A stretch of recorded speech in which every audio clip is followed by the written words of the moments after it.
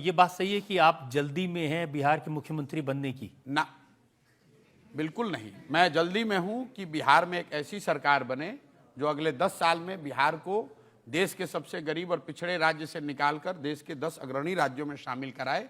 मैंने ये घोषित किया हुआ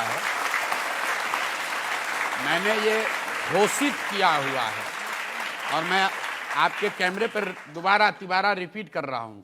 मैंने 2 साल में गांव-गांव जाकर पैदल चल के कहा है कि इस दल का मैं ना नेता हूं ना बनूंगा। 2 तारीख के बाद भी प्रशांत किशोर गांव में पैदल ही चल रहे होंगे। लोग ये कह रहे हैं कि कितना भी प्रयास कर लीजिए, बिहार की जनता नहीं सुधरेगी, वो जाति से नहीं निकलेगी।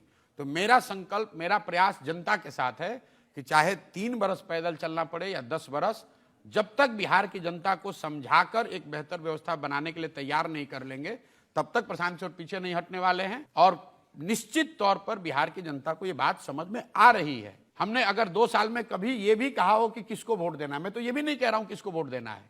मैं पूरे जन सुराज अभियान में बस इतना ही कह रहा हूं कि भाई आपने जिस किसी को वोट आज तक दिया, जिस बात के लिए वोट दिया, वो आपको थोड़ा या कम मिला है। अगर आपने मोदी को मंदिर के लिए वोट दिया, मंदिर बना।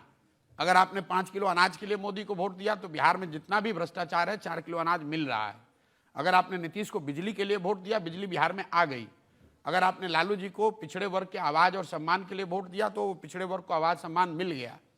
लेकिन पूरे बिहार में एक ही चीज है, लोगों ने अपने बच्चों के पढ़ाई और रोजगार के लिए आज तक किसी को वोट नहीं दिया है। तो मैं जन सुराज के तहत इतना ही कह रहा हूं कि जिसको वोट देना है दो, लेकिन वोट पढ़ाई और रोजगार के लिए दो, अपने बच्चों के लिए दो, नेताओं के बच्चों के लिए मत दो, मंदिर मस्जिद के लिए मत दो, जाति के लिए मत दो।